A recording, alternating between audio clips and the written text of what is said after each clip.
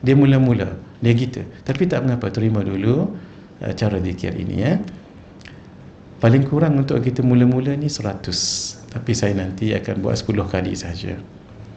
Dan tak boleh dikacau. 100 tu tak boleh berhenti. Contoh di rumah. Sebab itu sebelum nak zikir ni, paling bagus pagi, lepas subuh. Nah, selesaikan dulu urusan suami. Maksud, air kopinya dah tersedia, akuknya pun sudah tersedia. Kalau dia perlu roti canai, beli siap-siap roti canai. Sebab ketika kita berzikir, nak sampai 100 kali tak boleh gangguan. Takut nanti kita dah berzikir 70 dah ni, tiba-tiba dia pula, suami pula panggil. Yang, sudah. Kita pun dah fokus kat sini ni, ingat muka suami pula dah. Nah,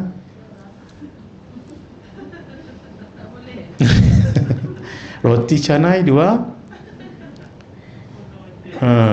kopi O kurang manis 1. Allahu Akbar. Kita pun, dia tak boleh kalau kita tengah zikir, kita pandang ke dia, sabar, sabar. Dah terputus. Dia kena ulang balik 100 kali.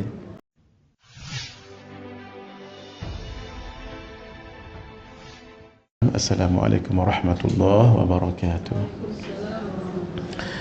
إلى حضرة النبي المصطفى رسول الله صلى الله عليه وآله وصحبه وبارك وسلم، وإلى كافة الأنبياء والمرسلين، وإلى جميع المسلمين والمسلمات، وخصوصا إلى روح الإمام الغزالي رحمه الله، وإلى روح الإمام الحبيب عبد الله بن علوي الحداد رحمه الله، وإلى صاحب هذا الكتاب الحبيب محمد أمين أيدروس الحسيني حفظه الله، وإلى شيخنا الشيخ أحمد فهمي زمزم البنجري الندوي المالكي. شيء لله لهم الفاتحة. أعوذ بالله من الشيطان الرجيم. بسم الله الرحمن الرحيم. الحمد لله رب العالمين. إياك نعبد وإياك نستعين. اهدنا الصراط المستقيم صراط الذين أنعمت عليهم غير المغضوب عليهم ولا الضالين. آمين. Saya nak kongsikan satu amalan, iaitu zikir hati. Kita biasa sebut subhanallah walhamdulillah dengan lidah, tu namanya zikir lidah. Tapi belajar jugalah zikir hati supaya dia sampai ke dalam. Nanti setelah kita habis kuliah, nanti kita tutup dulu internet ni, baru saya ijazahkan tanpa berinternet.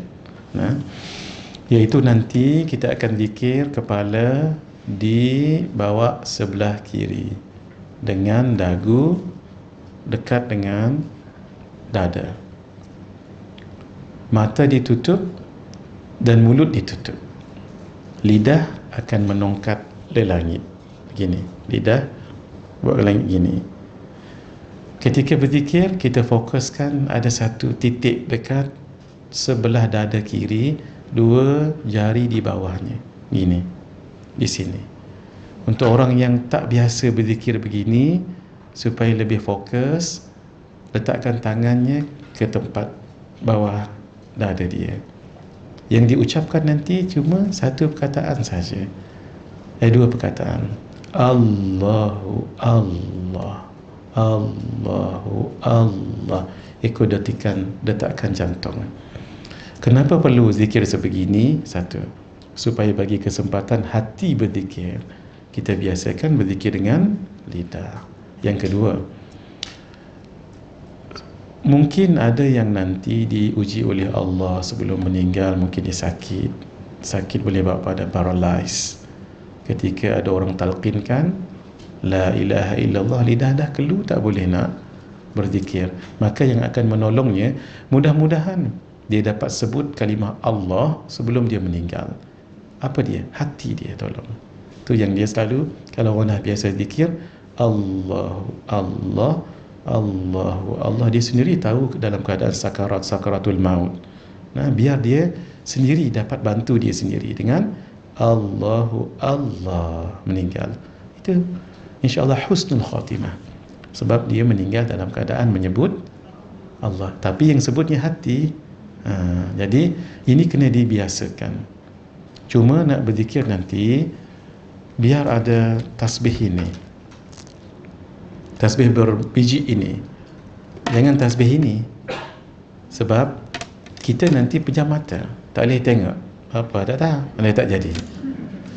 Jadi kalau kita buat gini, dia paling kurang 100. Dia cepat je sebenarnya, tapi boleh fokus tak boleh fokus. Sebab tu kena fokus kat situ. Untuk yang mula-mula memang lain. Memang tak boleh fokus selalunya, tapi tak apa, terima dulu untuk kita biasakan. Kalau nanti kita kata lihat, cuba fokuskan di bawah ni, kadang-kadang tempat lain dia ingatnya. Slipper dia ingatnya. Slipper baru tu, takut orang tak ambil.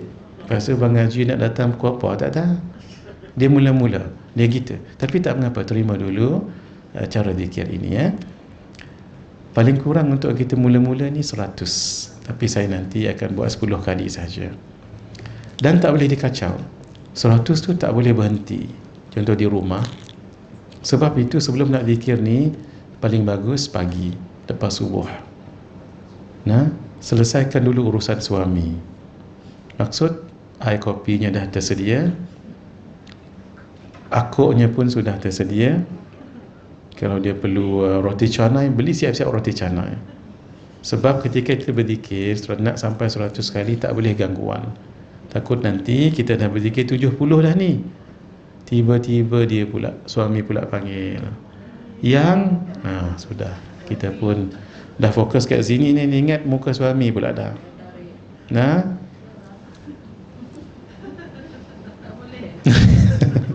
Roti canai 2,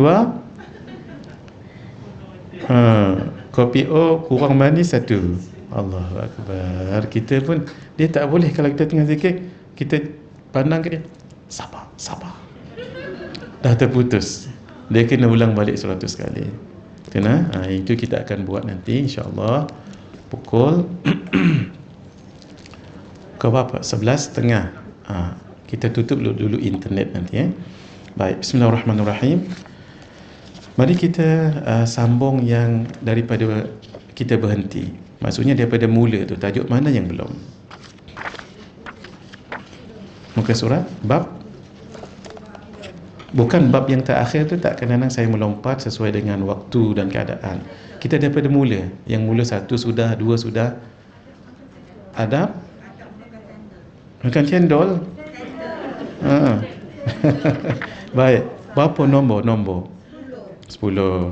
Sudah selesai belum? Belum. Baru nak mulalah. Bismillahirrahmanirrahim. Muka surat saya ni 117. Tak, memang buku lain. Ni saya bawa. Yang ni buku ni, beliau masih umrah sekarang ini. Ustaz Ahmad Salahuddin, beliau yang providekan buku ni. Ni buku terbaru. Maksudnya adab kita juga adab, tetapi dalam buku tebal baru, cantik ni. Kalau beliau balik nanti, saya suruh datang kat sini bawa. Lebih cantik. Yang tu muka surat berapa Kak Ajar? 86. Oh, jauh beza. Ini 117. Tapi sama je, isinya sama je. Bismillahirrahmanirrahim. Qala al-musannifu hafizahullah. Begitu kita baca ya, sebab beliau masih hidup. Jangan baca rahimahullah. Sama juga mana-mana yang nak baca buku saya, janganlah sebut rahimahullah. Saya hidup lagi ni. Kalau rahimahullah, pengarang kitab tu sudah meninggal. Kalau hafizahullah masih hidup. Sebab tu saya sebut hafizahullah. Wa nafa'ana bihi wa bi'ulumihi fid darain amin. Yang ke-10, adab memakai sandal. Patutlah bunyi cendol, saya pun heran. Sandal kata kita kan. Sebab beliau orang Indonesia ya, yang menulis kitab ni, duduk di Madinah. Kalau tak silap saya dah 20 lebih tahun. Alim, masya-Allah. Kalau dapat buat umrah tadi, Kak Ajah sebut umrah, bagus sekali ya. Dan sekarang katanya sangat mudah buat umrah. Saya pergi ke seorang rumah profesor, saya dijemput untuk bertazkirah di surau beliau. Dia akan pergi minggu depan ni, 2 orang suami isteri je. Mudah sangat, tak pakai package. Tapi kena orang yang pandai jugalah. Mereka pun dah 3 tahun lebih duduk di Madinah dulu. Jadi ada pengalaman. Senang sangat sebenarnya. Cuma kalau yang tak biasa tu, jangan ambil risiko lah, elok lah. Tadi macam Kak Ajah pakai kumpulan-kumpulan. Mudah. Satu lagi, kalau baguslah, ini nasihat saya ya, biar kita pergi dengan orang yang tahu sejarah Makkah, sejarah Madinah. Memang kita pergi itu untuk pengisian rohani, baca macam ni, zikir, memang bagus. Tapi salah satu yang menguatkan iman kita apa? Ziarah tempat-tempat bersejarah. Tapi kita kena tahu, contohnya tiang ni, apa sejarah tiang Sayyidatina Aisyah, ada dalam tu. Apa tiang Mukhallaqah tu, tiang wangi, kenapa disebut tiang wangi? Tiang Abi Lubabah, kenapa? Dekat mana rumah Sayyidina Abu Ayyub Al-Ansari? Dekat je, dekat dengan pintu Baqi' tu.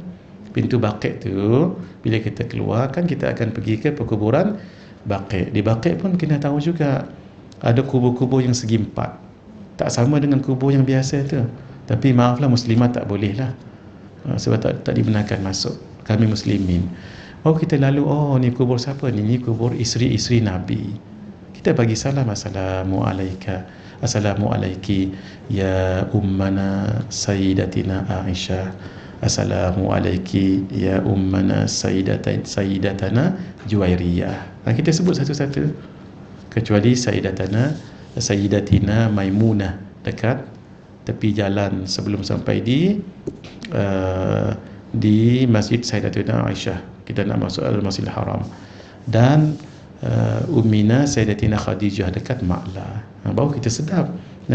Sebelah kanannya lagi, di sini adalah anak-anak Nabi 3 orang, Sayyidatina Zainab, Ruqayyah, Ummu Kalthum. 30 meter daripada sini, inilah kubur Sayyidatina Fatimah. Sebelah kanannya adalah Sayyidina Abbas bin Abdul Muttalib, pak saudara Nabi. Di belakangnya ini adalah anak saudara Sayyidina Al-Hasan. Siapa? Adik Sayyidina Al-Hasan, Sayyidina Husain. Mohon maaf, Sayyidina Hasan. Sebelah beliau, betul-betul sebelah kiri, itu anak saudara beliau, anak kepada Sayyidina Husain, Sayyidina Ali Zainal Abidin. Sebelahnya adalah anak beliau, iaitu Sayyidina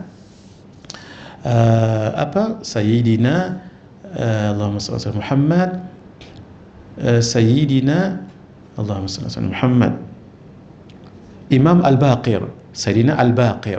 Sebelahnya ini adalah anak Imam Al-Baqir, Sayyidina Ja'far As-Sadiq. Inilah dia Ahlul Bait. Patah balik ke isteri-isteri Nabi tadi. Sebelahnya ini adalah sepupu Nabi, Sayyidina Uqail. Ada, kita boleh pergi kat situ, tak dipagar, Sayyidina Uqail. Kemudian Sayyidina Abdullah ibn Ja'far At-Tayyar. Bapa beliau Ja'far At-Tayyar putus tangan dalam perang. Perang apa? Perang apa? Perang Hunain ataupun Mu'tah, tak ingat saya tak ingat saya dua tu. Kemudian sebelah lagi, inilah dia guru Imam Malik. Imam Malik ada kat situ. Imam yang 3 mazhab yang ketiga tu, yang mimpi Nabi setiap malam tu. Inilah dia, Imam Malik ibn Anas. Di kepala beliau, kaki guru beliau, iaitu Imam Nafi', maula kepada Ibnu Umar. Di sini 20 meter ke depan, inilah dia kubur anak Nabi yang bernama Ibrahim bin Rasulullah. Surrounding dia ni adalah sahabat-sahabat Nabi, Sayyidina Abdul Rahman bin Auf, Sayyidina Uthman bin Mad'un, Sayyidina Khunais, Sayyidina Sa'ad bin Abi Waqqas, dan mak Sayyidina Ali, katanya Sayyidatina Fatimah binti Asad, yang Nabi masuk dalam kubur tu. Depan lagi 70 meter ke depan, ini satu kubur besar. Ini Ashabu Al-Hurrah. Ketika Yazid bin Muawiyah menyerang bumi Madinah, mereka dikuburkan di situ. Maksudnya yang syahid dikuburkan. Terus 135 meter daripada kubur tadi, barulah jumpa kubur Sayyidina Uthman bin Affan. 25 meter sebelah kiri, inilah ibu susuan Nabi, Sayyidatina, ibu susuan Halimah apa? Halimah Sa'diyah, sebab beliau daripada Bani Sa'ad, jadi Halimah As-Sa'diyah. 10 meter sikit je ke depan beliau ada satu kubur, tapi dalam tu 2 orang. Ada satu tempat, dalam tu ada 2 orang, Sayyidina Abu Sa'id Khudri, dan ketua orang Ansar Sayyidina Sa'ad bin Mu'adh, yang ketika beliau meninggal agak arash bergegar. Di situ barulah kita patah balik. Nah, tadi kita pergi begini, patah balik, dia akan jadi sebelah kanan, dekat dengan pagar perkuburan Baqi' itu. Mak saudara Nabi, apa dia? Sayyidatina Safiyah binti Abdul Muttalib, dan Sayyidatina Safiyah tadi Atiqah. Nah, Atiqah binti Abdul Muttalib dan Sayyidatina Safiyah binti Abdul Muttalib. Dikatakan mak Saidina Ali situ juga. Fatimah tadi itu binti Asad situ juga. Barulah sedap kita boleh syarahkan ini. Ada seorang mutawif Endon dululah cerita dengan kami, ini cerita lama. Ada orang pergi ke situ tanya dengan Tok Arab, dia pakai igal tu kan, yang warna merah tu. Ini siapa? Orang Arab pandai juga cakap Melayu kan. Wallahu alam. Tak dia beritahu macam saya beritahu tadi tu. Mana-mana kubur yang ada polis jaga kat situ, adalah tu kubur tu. Maksudnya ada tokoh lah kat situ. Tapi mereka tak abang. Mereka akan kata wallahu alam. Pergi kat sini pula, ni siapa? Wallahu alam. Ini wallahu alam. Ini wallahu alam. Ini cerita Ustaz Indonesia tu nak. Sampai dia kata, Ustaz, ada tak sahabat Nabi nama wallahu alam? Itu sebab tak tahu. Nanti Kak Ajah bila nak pergi tu bagi tahu dengan saya ni bagikan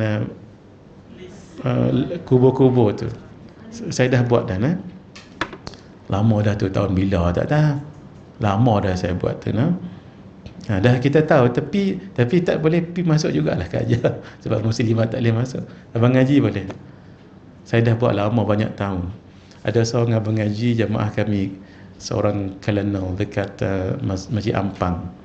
Seronok sangat ni cerita ni sebelum PKP nah. Ustaz, alhamdulillah saya tahu siapa yang dikuburkan di kuburan Baqi'. Seronok dia. Dia pun keluarkan handphone, dia pun keluarkan peta tu. Saya diamnya. Di sini Ustaz, ni macam saya sebut tadi lah. Di sini. Bila dia enlarge yang lain ni kan. Ustaz Muhammad Ustaz memang peta yang dia ada tu adalah peta yang saya lukis. Dia tak perasan di situ dilukis oleh Ustaz Muhadi Haji Jol 2015 ke 14 ke aja. Lama sungguh. Ustaz buat dah. Segan dia dah cerita panjang ni. Saya pun gitu Abang Haji.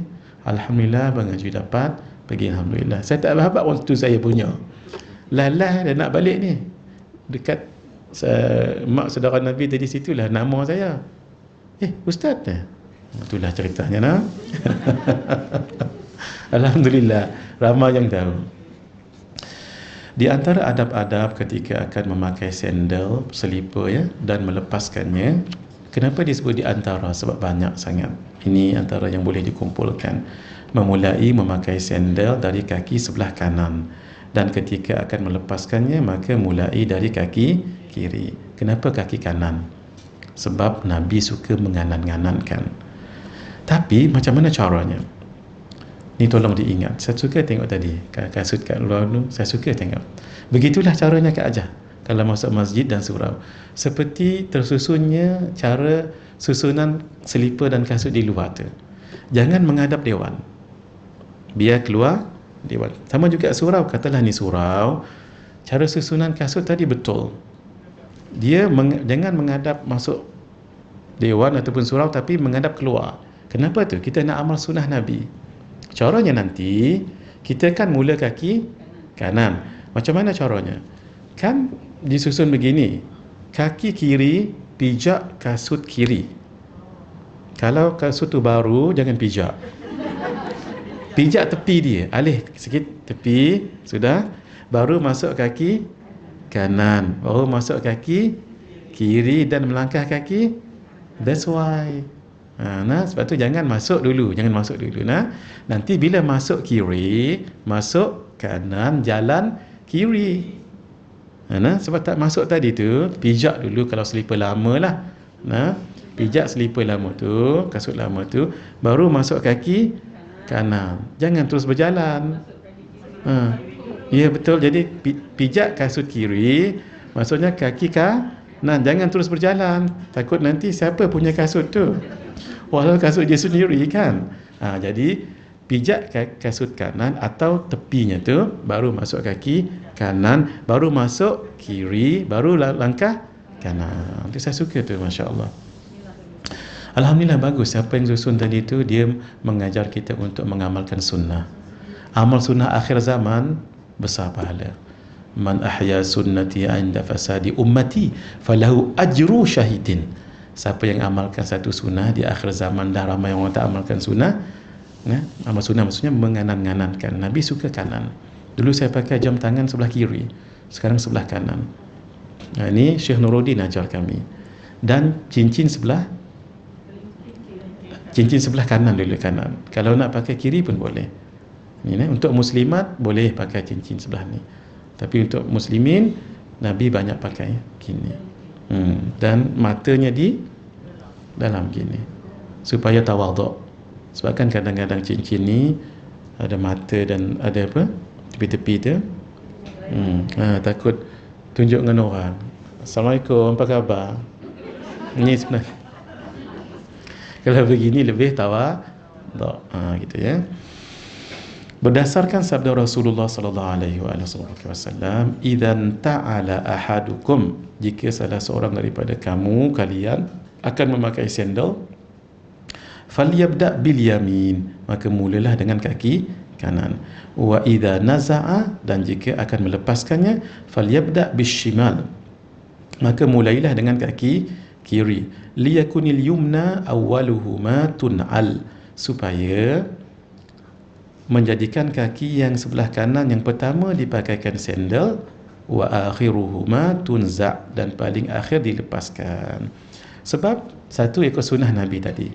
Yang kedua, ketika kita pakai kanan tu, yang ni pun pakai kanan, jangan lupa tafa'ul. T-A-F-A'-U-L, tafa'ul. Tafa'ul ni ambil berkat. Ya Allah, kerana kami selalu menganan-nganankan, mengedepankan kanan. Ya Allah, mudah-mudahan kami menjadi golongan yang kanan. Ashabul yamin ashabul yamin. Dalam surah apa kita baca tu? Al-Waqi'ah. Begitu juga kaki kiri. Kita lepaskan kaki kiri tadi. Ya Allah, jangan jadikan kami golongan ashabul yamin, golongan orang yang kiri. Orang kiri tu orang yang nanti rugi di hari akhirat, orang yang akan disiksa nanti. Itu namanya apa tadi? Tafa'ul. T-A-F-A'-U-L, tafa'ul. Tafa'ul. Tafa'ul tu maksudnya ambil berkat. Sama juga dengan minyak wangi. Kita pakai minyak wangi kan? Tafa'ul. Apa dia? Ya Allah, seperti mana sekarang kami pakai wangi begini, ya Allah, bagilah kami juga hidup nanti di tempat yang wangi. Kat mana tempat wangi di akhirat? Syurga 500 tahun perjalanan nak sampai dah bau wangi. Itu namanya tafa'ul. Sama juga kalau kita solat sunat witir. Bagus tu. Kak Ajah solat sunat witir sebelum tidur ke sebelum subuh? Sebelum tidur. Itu mengikut Sayyidina Abu Bakar. Kalau Kak Ajah sebelum subuh, itu mengikut Sayyidina Umar. Nabi tanya, "Ya Abu Bakar, kenapa kamu solat witir sebelum tidur?" "Ya Rasulullah, takut terlepas." Tengok berhati-hati. Sayyidina Umar, "Ya Rasulullah, I'm very certain that I will be waking up before subuh." Gitu. Ketika qiyamul lail, Sayyidina Abu Bakar, "Bismillahirrahmanirrahim. Alhamdulillahi rabbil alamin." Sayyidina Umar, "Bismillahirrahmanirrahim." Ya Abu Bakar, kenapa ketika kamu solat dan berdoa suara slow je? "Ya Rasulullah, saya meminta kepada Allah yang tidak tuli, tak perlu nak menjerit-jerit." Sayyidina Umar, "Kenapa?" "Ya Rasulullah, saya nak kejutkan orang yang tidur." Dan saya nak syaitan lari bila dengar kita baca. Gitu. Syaitan kalau Kalau ni dengar yang begitu dia takut. Dan jangan slow-slow baca. A'udzubillah. Baca tegas. A'udzubillahi minasyaitonirrajim. Takut dia ya. Baik. Itu nama apa tadi? Tafa'ul. Ya Allah, seperti mana keajah tadi ya? Seperti mana saya tutupkan malam ni dengan solat witir. Witir maksudnya apa? Ganjil kan? Ya Allah, tutupkanlah juga hidupku dengan tauhid. Itu nama tafa'ul. Kita ambil barakah. Kalau masjid zaman dahulu, menara dia bukan sebarang bubur. Menara dia 5 ya. Kenapa 5? Tafa'ul, rukun Islam ada 5. Kadang-kadang tingkap mengaji dia bukan main ni 3, ni kena 3, ni 3. Tak. Kadang-kadang tingkap 13. Kalau kira 13. Kenapa 13? Rukun solat ada. Tu nama tafa'ul. Ambil barakah mudah-mudahan. Baik. Tidak memakai sandal hanya pada satu kaki tanpa terdapatnya uzur, kecuali kaki balut dengan simen. Tu satu je ya. Kalau tak jangan satu. La yamshi ahadukum fi na'lin wahidah. Janganlah salah seorang daripada kalian memakai satu sandal kalau tak ada uzur. Li yuhfihima jami'an. Akan tetapi cara yang benar adalah melepaskan kedua-duanya, au liyuna'ilhuma jami'an, atau memakai sandal pada kedua-duanya. Jadi memang macam pelik. Ada satu pepatah Arab sebut, buat pelik kamu akan terkenal. Kenapa banyak lupa ini? Buat benda pelik tu'raf. Ikhlif tu'raf. Buat benda pelik. Maksudnya buat benda pelik dari orang. Terkenal lah kamu. Tapi ni maksudnya tak elok lah, ni tak elok. Orang yang buat pelik-pelik mudah terkenal. Memang gitu. Orang pakai sandal dua-dua, dia pakai satu ya. Ataupun dia bawa sandal kat sini satu, sini satu. Dia berjalan. Khalif tu'raf. Tu dia. Khalif tu'raf. Buat benda pelik sekejap lagi terkenal. Itu bukan nak suruh buat benda pelik ni, tapi nak tunjuk memang ada orang yang suka buat benda pelik-pelik. Sekejap lagi memang terkenal lah dia pun. Mungkin maaf ya, nak ambil nama ke, supaya saham naik ke, wallahu alam ya. Melepas sandal ketika akan duduk, kecuali tempat tu memang perlu pakai sandal. Sebab duduk, orang dulu duduk macam mana? Duduk bersila. Kalau bersila bersandal nampak pelik bunyinya. Kalau duduk atas begini, tak nampak pelik. Jika salah satu dari tali sandal putus, maka janganlah berjalan dengan satu sandal sahaja. Akan tetapi lepaskanlah dan perbaikilah tali sandal yang terputus, kemudian pakailah kedua-duanya. Nanti dia mengheret pelik. Kalau perlu pakai selipar masjid, pakai selipar masjid dulu. Daripada pinjam dulu. Tapi jangan tak bagi balik. Kadang-kadang sandal masjid tu ditulis masjid, MASJID. Kalau boleh jangan tulis masjid, sebab tak cantik. Masjid kita pun pijak, sehingga dibahaskan ulama ni, sajadah yang ada Kaabah ni, apa hukum duduk atasnya tu? Sajadah kita, tapi kita pijak yang tanda, yang ada simbol-simbol Kaabah tu. Sebahagian ulama kata makruh, sebab itu adalah objek yang dimuliakan. Sebab itu sekarang perasan tak? Perasan jarang orang sekarang lah. Kalau dulu gambar masjid, gambar Kaabah, kapet yang moden-moden ni tak ada dah. Dia sekadar tu saja. Sekadar plain gitu. Kalau ada pun yang raudhah. Yang raudhah tu kan untuk kita rindu. Kalau nak rindu raudhah, datang Masjid Al-Falah ni. Tengok tiang-tiang tu. Itu pesan guru kami Syekh Nuruddin. Kalau rindu-rindu sangat nak ke Masjid Nabawi, datang ke raudhah ni. Tapi tak boleh iktikaf. Iktikaf masjid je lah, bukan iktikaf di raudhah. Tengok tiang tu. Exactly. Tengok dia punya hitam putih tu. Ingat kita dekat Masjid Nabawi. Cuma dekat Masjid Nabawi, nanti cuba cari tiang namanya tiang Aisyah. Tiang tu Nabi pesan tu. untuk solat dekat situ. Sebab tu menjadi rebutan para sahabat. Nak tahu mudah sangat. Dongakkan sedikit, nanti ada satu bulatan sebesar jam kat belakang tu, tapi lebih besar lagi, ditulis tiang Aisyah. Cuma dia tak tulislah ta ya alif nga tiang. Dia guna bahasa Arab. Ustuwanah. Ustuwanah ni maksudnya tiang. Alif sin ta waw alif nun ta Aisyah. Semayang kat situ. Kita puji jamaah Malaysia, kita puji. Jangan berlama-lama, jangan. Walaupun sekarang alhamdulillah dah ada sistem ni katanya Kak Ajah ya. Masa kan itu more better. Kenapa? Sebab tak berebut-rebut. Paling kurang sikit pun tak apa. Nah, saya pernah sebut kat sini. Saya yakin kalau Malaysia yang jaga Al-Hajarul Aswad tu ataupun Kaabah tu, insya-Allah semua dapat. Semua dapat insya-Allah. Cuma lambat cepat sahaja. Apalah salah 2-3 orang polis berdiri kat depan tu, sila cium keluar nah. Kata kita lah, practically tak tahu lagi, tapi ini teori sahaja. Apa salah? Nah, boleh sangat. Buktinya apa? Ini siapa yang nak pergi umrah, ini satu tips untuk dapat cium Al-Hajarul Aswad. Tapi sekarang saya tak tahu dia bubuh kon ke aja. Tak dapat lah ya, tak mengapa. Jangan lupa istilam. Bismillahirrahmanirrahim, cium tangan. Tangan kita, jangan tangan orang. Bismillahirrahmanirrahim. Barulah jalan. Baca buku tu, jangan risau, baca. Kan buku dah ada. Kalau kita diketuai oleh mutawif, kita ikut je lah. Kan? Jadi petua nak cium Kaabah ya? Al-Hajarul Aswad kalau dibuka, berada di situ setengah jam sebelum masuk waktu. Setengah jam.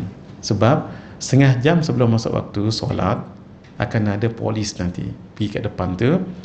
Semua yang berebut-rebut tadi semua dileraikan.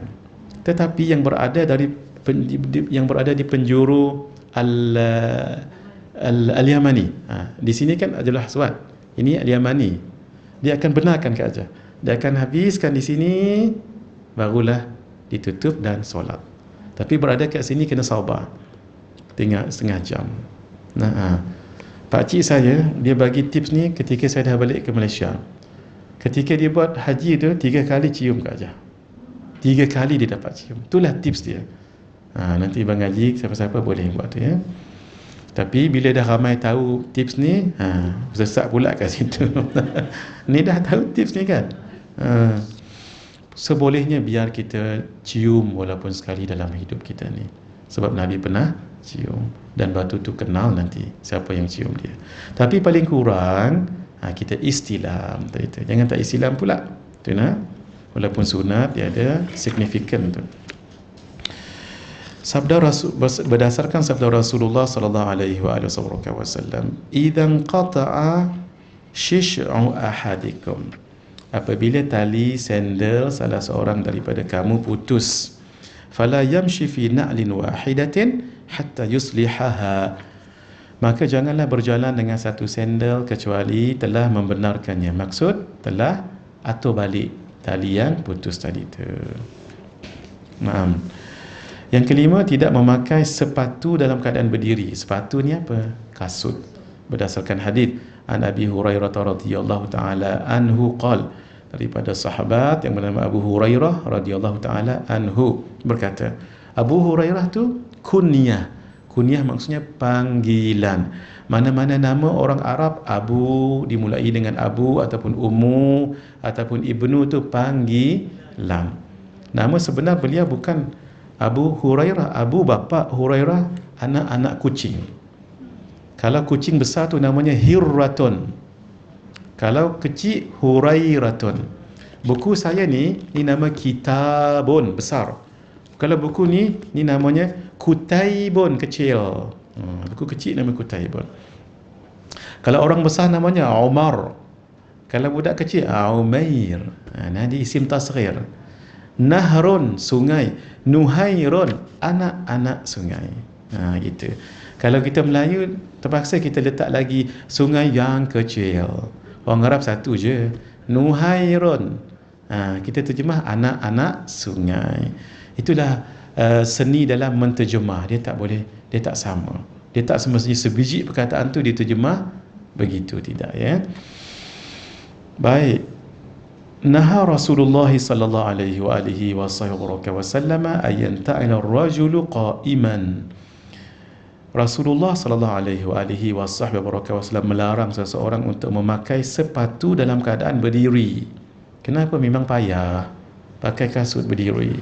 Kita ambil kasut dalam keadaan berdiri, kita kaki gini, kasut dibuat gini, kita pun masa las tergolek. Nah, kalau duduk kan sedap, duduk kanan dulu, kaki. Kemudian jangan terus pakai kasut. Jangan terus pakai kasut. Satu, takut ada binatang dekat situ. Tambah lagi panas-panas macam ni, takut ada ular masuk situ. Ataupun paling kurang apa tu? Cross apa? Lipas. Kak Ajah kan orang yang paling penakut dengan kipas, lipas. Satu lagi, takut ada orang buat benda tak elok. Takut ada orang letak benda tak elok kat situ. Jadi bila pegang tu, hentak-hentak dulu, mudah-mudahan ada benda tu keluar. Baca bismillahilladzi la yadurru ma'asmihi syai'un fil ardi wala fis sama' wa huwa samiul alim. Baru kita pakai kanan kiri. Ini cerita ni terjadi, ya. Saya tak nak sebut siapalah. Antara orang terkenal juga dalam Malaysia ni. Dia pernah pergi jumpa dengan guru saya. Guru saya pun dah meninggal dunia dah. Dan dia beritahu dia sihir. Dan orang hantar tu melalui kasut. Jaga-jagalah. Sebab itu kadang-kadang bila guru datang, slipper tu dia ambil anak muridnya dibawa. Ataupun kasut dibawa. Bukan saja-saja ni benda tadi itulah. Yang kedua, takut hilang. Ya, sungguh ada orang yang admire sangat dengan Tok Guru ni, pakai hilang. Habib Omar punya ridak ni tak berganti-ganti. Sebab ada orang nak minta tukar dan sebagainya. Nabi kan tak pernah kata la. Itu akhlak para habaib, para ulama. Tak pernah kata la. Kalau minta, tak pernah kata tak mau. Mesti dibaginya. Tapi orang yang nak ridak tu, contohnya ini untuk peringat saja, ya. Biarlah pandai sikit kalau nak tukar sekalipun. Maksudnya apa? Yang Syekh pakai tu kan mahal. Dia pakai tuala je. Rasulullah kan tak pernah sebut la tadi tu. Biar kita pandai jugalah, ya. Insya-Allah. Sebab Nabi tak pernah kata la. Sebab tu guru-guru kita dibaginya. Bertukar-tukar ridaknya tu. Walau kadang-kadang sayang betul dengan ridak tu. Kita tengok juga, ya. Tengok keadaan juga. Kalau tak perlu, tak payah. Minta guru kita doa pun cukup dah. Dia tengok kita dan senyum, itu pun dah membahagiakan dah. Cukuplah tu. Kadang-kadang sampai ini ditarik, kasut hilang. Bukan pencuri biasa tu, tidak, ya. Ini orang yang nak sangat, nak keberkatan tu. Padahal guru biasa-biasa je. Tidak memakai sandal, ya, ketika solat, baik solat fardu ataupun sunnah. Jika tetap memakainya, maka hukum solatnya tetap sah jika sandal tersebut dalam keadaan suci. Dan jika pada sandal tersebut terdapat najis, maka solatnya menjadi batal sebab najis tu tadi. Boleh, tapi tak pernah dibawa orang lah, jangan dibawa orang. Kalau di Al-Falah ni, kalau dia buat, siaplah CCTV tu akan fokus dia seorang. Tak pernah dibawa orang. Tak semestinya benda-benda yang sah itu maka kita boleh buat, tidak. Ada etika tu, nama etik kan. Ada etikanya tu. Berniat yang baik tatkala memakai sandal, contohnya untuk mengikuti jejak Rasulullah sallallahu alaihi wasallam dan untuk menjaga kebersihan kaki. Sebab itulah ditandas, especially ditandas. Janganlah tak pakai kasut. Jangan, takut nanti kuman. Tambah lagi kaki, ada orang yang kakinya pecah-pecah. Ataupun di celah-celah tu, apa nama benda tu? Yang putih-putih tu. Kalau di tumit tu kan jadi kematu tu. Itu yang di celah-celah kaki tu, yang gatal-gatal tu. kulat, apa nama Kak Jah? Fungus ada. Takut nanti masuk apa ni, virus dekat situ tu. Alhamdulillah sekarang di tandas-tandas tak pakai dah terompah. Dulu zaman dulu tak tahu macam wajib pula terompah tu. Sini tak tahu, lama dah tak solat sini. Sebab tinggi bangkali.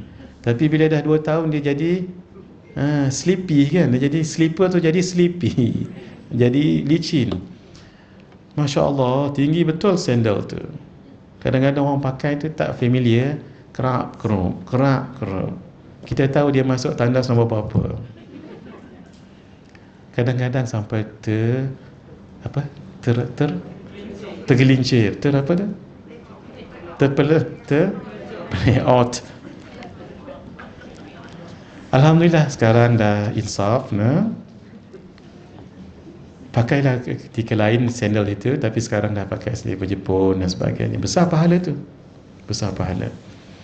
Kadang-kadang kita selalu pergi surau masjid, memang zaman tak tahu zaman bila dah slipper tu.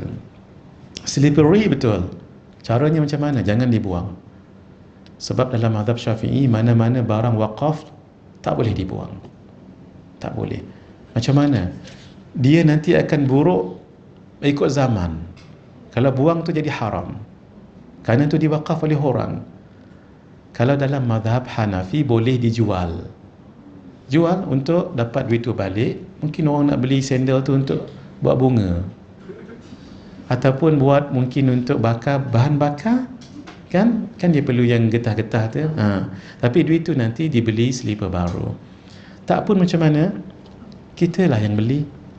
Tapi sandal tu jangan dibuang ya, letakkan tepi, kumpul-kumpulkan, kita beli 7 ataupun kita beli berapa-berapa, tak kat situ tanpa diketahui orang.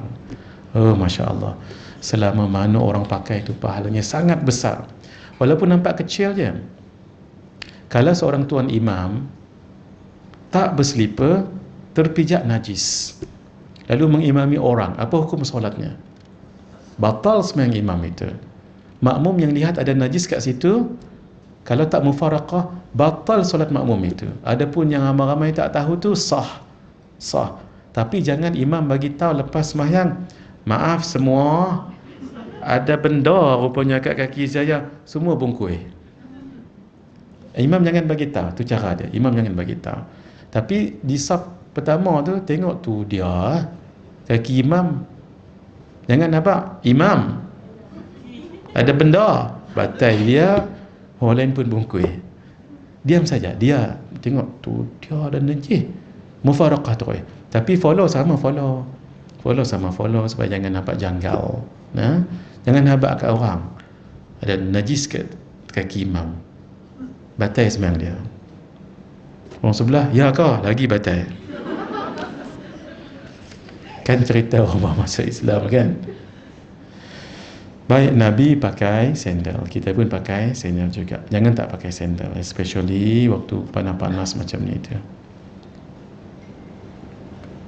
Kadang-kadang penyakit kan. Semalam saya tengok satu, ya Allah, ada kaki orang kena penyakit. Dalam hidup ni kita kena buat pendinding dalam hidup. Semalam saya mengajar di satu masjid. Saya tanya, lama tak nampak hamba Allah ni? Saya tak tahu dia sakit. Dan dia bagi gambar kaki dia dekat Mak Ajah tadi tu. Saya tanya, ya Allah,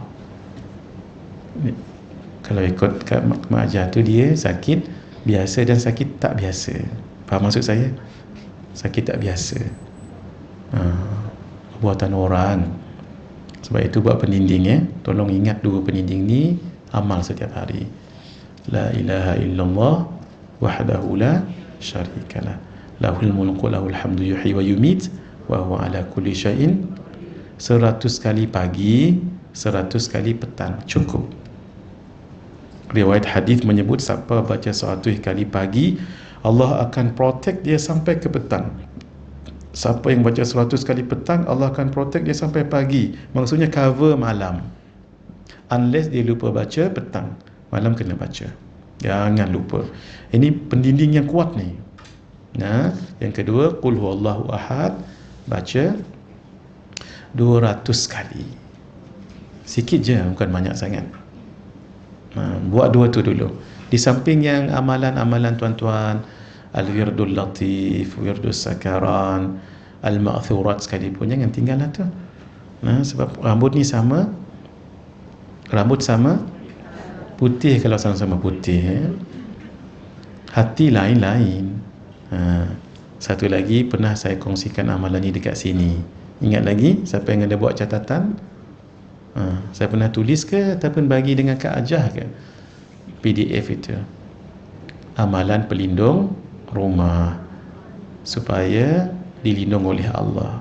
Sebahagian ulama kata amalan ini adalah pagar api. Kalau ada orang buat jahat tu, maka dia nampak macam api kat rumah tu. Dibaca 3 kali, selepas subuh sekali, sebelum keluar rumah, macam nak mengaji hari ni kan, sekali, dan sebelum tidur sekali. 3 kali je bacanya. Siapa yang hafaz boleh sambung saya baca ni. Cuba tengok catatan ke tempat lain, selalu tempat lain. La ilaha illallah al-halimul karim, rabbus samawati sab'i wa rabbul arshil azim, la ilaha illa anta azza jaruka wa jalla thanauka, Allahu rabbuna wa rabbukum lana a'maluna wa lakum a'malukum la hujjata bainana wa bainakum, Allahu yajma'u bainana wa ilaihil masir. Rasanya ada dalam kertas. Cuba Kak Ajah tengok sekejap. Banyak kertas Kak Ajah tu. Cuba tengok Kak Ajah. Saya sebenarnya ada buku beg yang saya selalu bawa tu. Saya tak bawa hari ni kerana saya pakai komputer tadi dekat Masjid Shah Alam. Jadi dalam buku, dalam beg tu saya tu ada.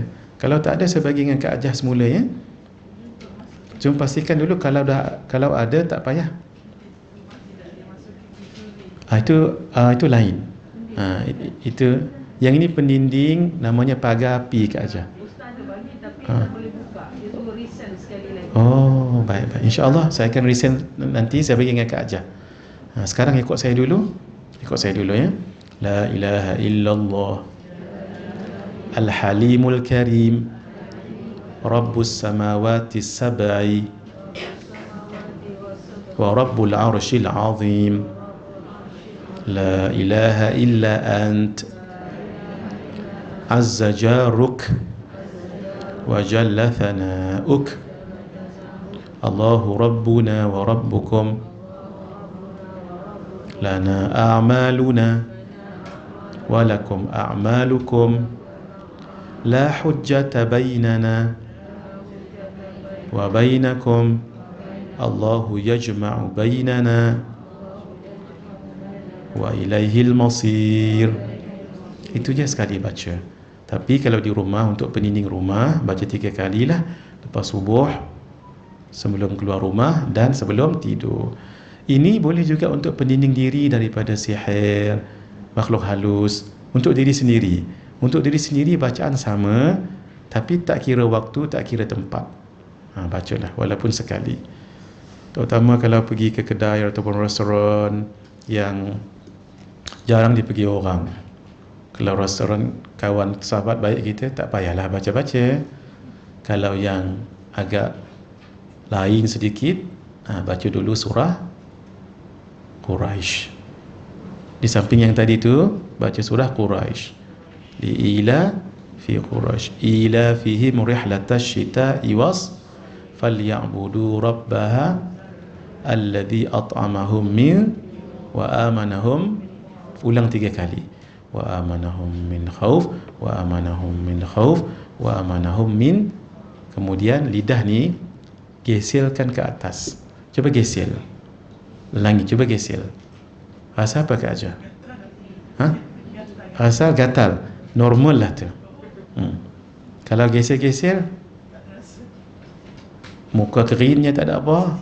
Biasa kalau orang gesel, kenapa? Gatal kan? Pergi gesel-gesel, tak ada apa. Jaga. Bukan jaga apa, kena buat pendinding lebih lah. Ini ijazah ni kita ijazahkan pada semua sekali ya. Tuan-tuan sebut kami terima. Bismillahirrahmanirrahim. Tidak memakai sandal milik orang lain, tu dia, kecuali pemiliknya mengizinkannya. Sehari dia nak pakai apa pula, kecuali tukar sama saiz. Nah. Yang kesembilan, tidak memasukkan sandal yang terkena najis ke dalam masjid kerana hukumnya adalah haram. Tu tadi tu jangan pakai dalam masjid. Jika akan melewati permakaman kaum muslimin, permakaman di kubur, maka dianjurkan untuk melepas sandal yang sedang dipakai. Itu pun pesan guru kami. Kalau masuk di perkuburan Baqi' ataupun Ma'la, buka. Walaupun pakai tak apa. Kenapa? Terutama sekali di Baqi' dengan Ma'la, kita tak tahu bawah tu adalah kubur. Kalau saya memang saya pesan jamaah saya ke aja, yang lelaki lah, buka. Berdasarkan hadis Nabi SAW, an Bashir bin al-Khasasiyah, daripada sahabat yang bernama Bashir bin Khasasiyah, anna Rasulullah sallallahu alaihi wa sahbihi wa baraka wa sallama ra'a rajulan yamshi fi na'laini bainal qubur. Sesungguhnya Rasulullah sallallahu alaihi wasallam melihat seorang lelaki yang sedang berjalan dengan menggunakan sandal di kubur. Faqala, maka baginda nasihat, ya sahibas sibtiyataini, wahai pemakai sandal sibtiyataini. Maafnya saya pun tak sempat nak rujuk sabtiyatain itu macam mana sandalnya tu. Yang penting selipar lah ya. Alqihima, lepaskan kedua sandalmu. Kenapa? Kita nak muliakan. Takut-takut tempat yang kita pijak tu ada kubur kat situ. Dulu kan perkuburan Baqi' dengan Ma'la bukan macam sekarang ni. Dulu dalam kitab-kitab Arab, Jawi, kitab Arab dulu dibagi tahu tu, ketika engkau memasukinya, maka di sebelah kananmu adalah kubur si fulan. Berjalanlah 3 meter ke hadapan. Di sebelah kananmu kubur si fulan. Maka hendaklah kamu turn right terus pergi dalam 10 meter ke hadapan. Di sebelah kirimu kubur ini. Dulu, sekarang tak. Semua dah di-abolish dah. Sebab tu tak tahu. Sebab tu syukur ada ulama'-ulama', ada orang yang dalam dadanya simpan lagi benda tu. Kalau tak nanti wallahu alam. Ni wallahu alam. Tu ya. Baik, kita dah pukul 11. Saya lanjutkan sikit lagi sebab saya datang lambat tadi. Faedah ni, mana-mana buku sebut faedah, bukan maksud apa yang kita boleh pelajari daripada pelajaran tersebut. Tidak. Faedah ni adalah macam petua-petua yang jarang kita tahu sebab tersimpan dalam dada-dada ulama, dan jarang disebut di dalam kitab-kitab kecil sebab ia tersimpan dalam kitab-kitab besar. Faedah ni lebih kurang macam apa hikmah, apa petua. Contoh saya pernah kongsikan di sini. Kalau potong kuku, seeloknya potong hari apa? Khamis petang, asar ataupun Jumaat pagi. Potongnya macam mana? Ingat lagi? Berselang-selang. Potongnya adalah begini.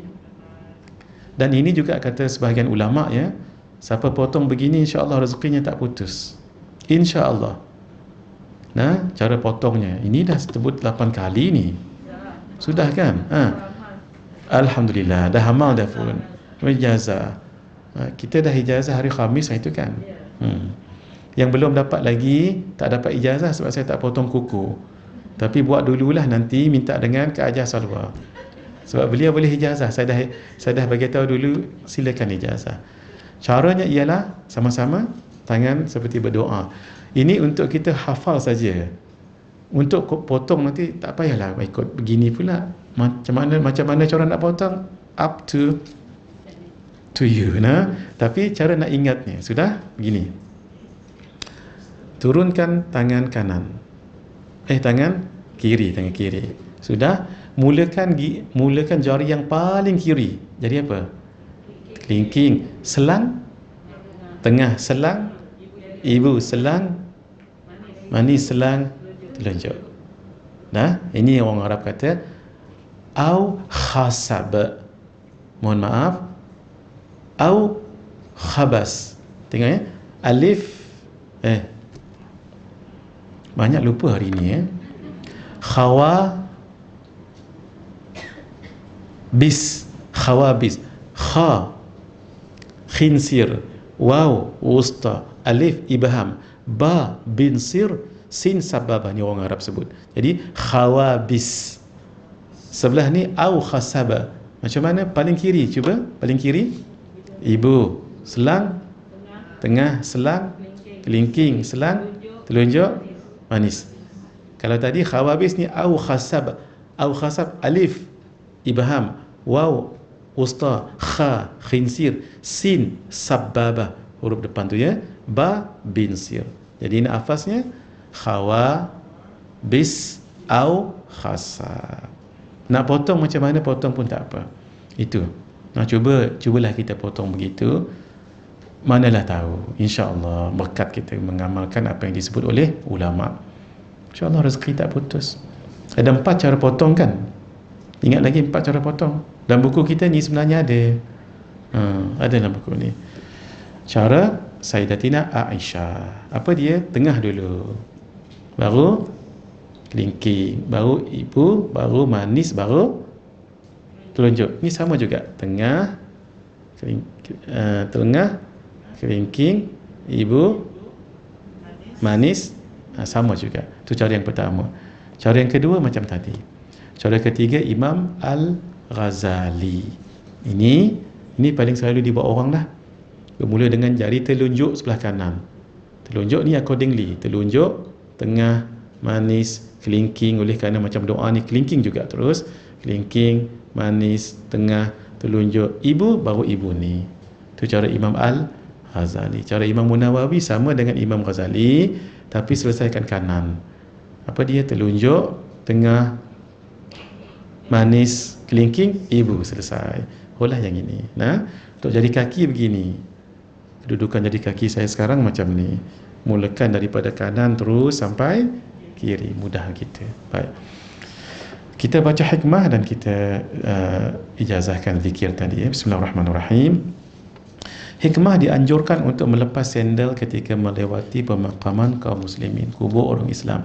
Imam Al-Asqalani, iaitu Imam Ibn Hajar Al-Asqalani, berkata di antara hikmah dianjurkannya untuk melepas sendal ketika tatkala sedang berjalan di atas kubur adalah sebagai penghormatan untuk para mayyit.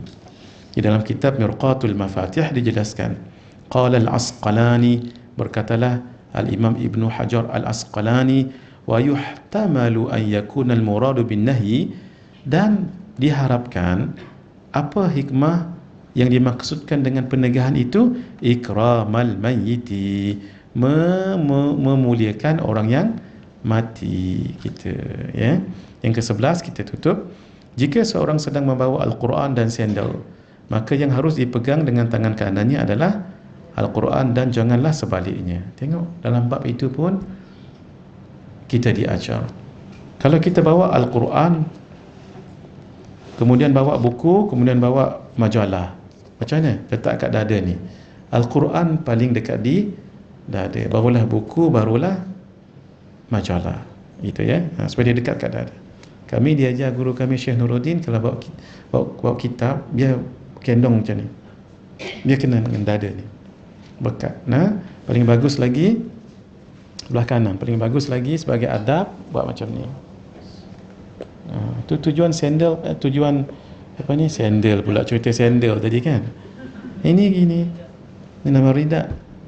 Kami diajar untuk beradab. Kalau kita beradab dengan buku, dengan majlis ilmu, ilmu tu tak segan datang jumpa kita.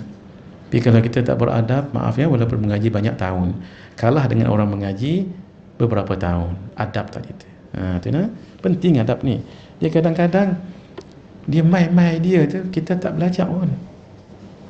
Tak ada nak buka kitab, dia main lagu tu. Berkat kita dengan guru kita dengan kitab. Baik. Cukup kita berhenti. Biar nombor 12 alang-alang ya. Tidak menulis nama-nama yang mulia pada sandal seperti nama para sahabat atau orang-orang saleh. Sama juga masjid tadi tu. Kalau boleh sandal tu jangan tulis masjid, Takut nanti tak sedap, kita pun pijak masjid tu. Tulis M pun tak apa dah. MD. Cukuplah tu. Masjid. Kalau dekat RNR kan boleh tahap pandai juga ya. Kalau RNR, saya pernah tertengok tapi tak nak sebut RNR mana ya. Di belakang sajadah tu hairan saya. Tak pernah saya tengok dalam dunia ni Kak Jah. Dia tulis sajadah ini diambil daripada surau RNR. Saya pun tak faham. Kan kita guna sekarang. Kenapa harus ditulis surau ini, sajadah ini diambil, dia tak guna perkataan dicuri. Diambil dari surau RNR. Maksudnya kalau orang curi ataupun orang ambil, maksudnya bukan milik dia tu. Itu milik RNR punya surau. Saya cuba nak fikir, kita dah ambil ni, nak solat macam mana ya? Oh, kita fikir jauh sikit. Maksudnya untuk orang yang tak bertanggungjawab ataupun orang yang nak mencuri itu. Maksudnya kalau dia ambil kat rumah, nanti suami dia kata, ini diambil daripada surau, abang hantar balik. Gitu. Untuk orang tidak bertanggungjawab. Dulu saya pernah kongsi kat sini amalan Hizbul Bahar. Hari ini saya dah cerita 3 amalan jaga rumah kan. Apa dia tadi? Amalan jaga rumah tadi tu. Yang tadi itulah. Yang pagar api tadi tu satu je. Satu. Hari ini saya kongsi 2. Sebelum kita ijazahkan zikir ya. Tuan-tuan ada tak buku amalan yang dibeli hari tu? Hizbul Bahar namanya. Kalau ada, tolong buka ya. Kalau buku ni tolong buka.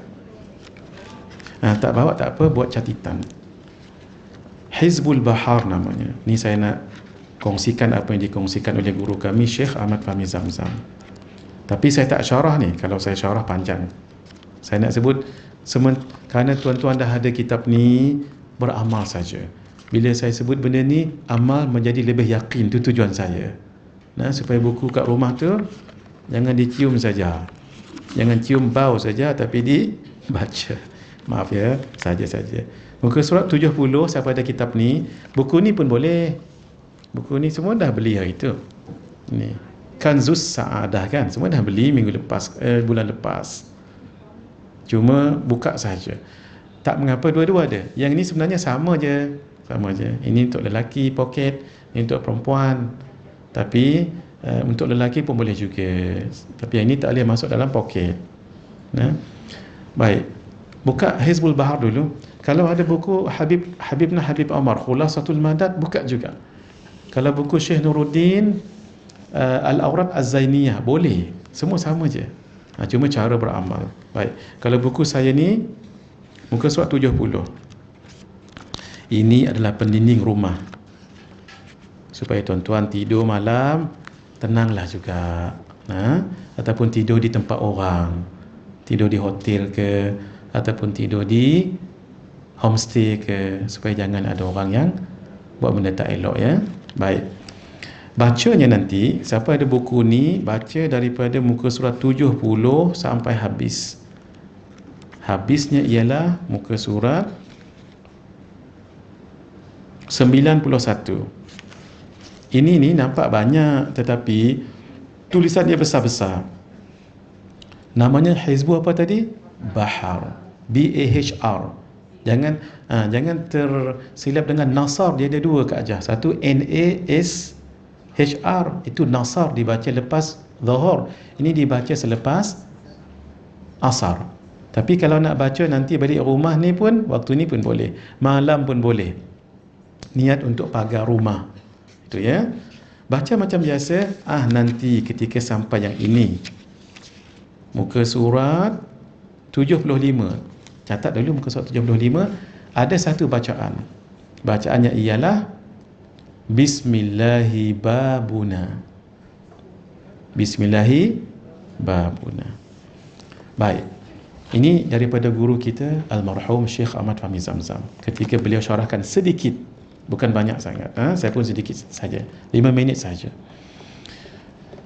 Amalan ini berupa ayat Al-Quran, hadis dan amalan-amalan ulama. Lalu dikumpul oleh Al-Imam Abul Hasan Asy-Syadzuli. Allah ilhamkan beliau.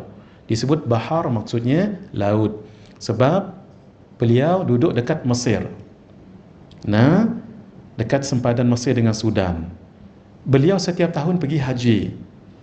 Tempat beliau duduk itu di dipisah dengan Laut Merah. Laut Merah ke Laut Mati, tak ingat saya. Nah, laut, yang penting laut. Sebelah tu Jeddah. Tengok dalam peta nanti. Beliau setiap tahun pergi haji. Haji zaman tu pakai kapal kan. Ketika beliau pergi, nakhoda kapal tu tak nak berlayar dulu sebab tidak ada angin. Lalu tak dibuka talinya. Layar pun tak dibuka. Beliau kata, buka. Walaupun tak ada angin. Katanya beliau bermimpi dan Allah ilhamkan bacaan ini katanya. Itulah dia Hizbul Bahar. Bahar maksudnya laut. Jadi ilham beliau itu dekat laut. Cuma amalan ini kata ulama boleh untuk kita supaya hajat dikabulkan Allah. Caranya setiap kali menemui perkataan bahar dalam ini yang underline, niat apa hajat tu. Tapi saya tak baca daripada awal lah, saya nak syarahkan sikit saja. Antara khasiat amalan ini daripada alim ulama ya, walaupun tak ada hadis, tapi ini daripada para habaib, para alim ulama yang mengamalkannya. Allah bagi mereka kelebihan tu yang dikongsikan ni. Antaranya untuk pagar rumah, Bismillahi babuna. Saya nak syarah tu saja. Bismillah pintu kami.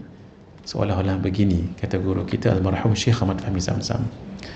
Pintu kita tu depan ke, belakang ke, atas ke, bawah ke, tak akan dimasuki melainkan orang yang baca bismillah. Bermakna orang yang baca bismillah orang baik, orang tak baik. Orang baik. Kalau ada orang yang jahat, dia nak mencuri rumah orang baca bismillah ke? Tidak, dia tak akan dapat masuk dalam rumah orang tu. Satu. Kalaupun dia masuk, dia tak boleh buat apa-apa. Dia jadi macam bingung, dia sendiri bingung.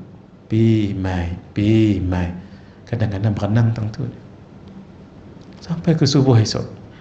Dia tak, kalaupun dia masuk, dia tak mengapa-apakan, dia tidak apa. Berkat baca Hizbul ini tadi tu. Dan berkat baca Bismillahirrahmanirrahim. Tabaraka hitanuna, saya tak syarah lagi tu. Baru satu tu disyarahnya tu. Mudah-mudahan. Cuma bila dah pagi esok, tengok mungkin dia duk termenung seorang tang tu, nangis tang tu kan, janganlah dipukul dia ya, janganlah diapa-apakan, bagilah dia air teh secawan, minum. Kalau ada kuih yakuk lagi bagus, bagi dia. Habaq kat dia, jangan buat lagi gitu. Lepas tu bagi RM10 untuk dia tambang balik. Kesian tengok dia. Itulah khasiat sedikit yang dapat saya kongsikan. Kita tutup dulu internet, saya ambil masa 5 minit untuk kita ijazahkan amalan zikir hati. Kita berhenti kat sini. Saya ijazahkan amalan ini dalam semua kitab, termasuk kitab yang baru yang saya susun ni pun ada, Syekh Nuruddin pun ada, Syekh Ahmad Fahmi Zamzam pun ada, Habib Omar pun ada. Amal sahaja. Jadi sekarang kan kita dah tahu, bertambah yakin kita beramal. Kita tutup dulu, tapi jangan balik dulu 5 minit lagi. Hadza wa billahi taufiq wal hidayah. Wassalamualaikum warahmatullahi wabarakatuh.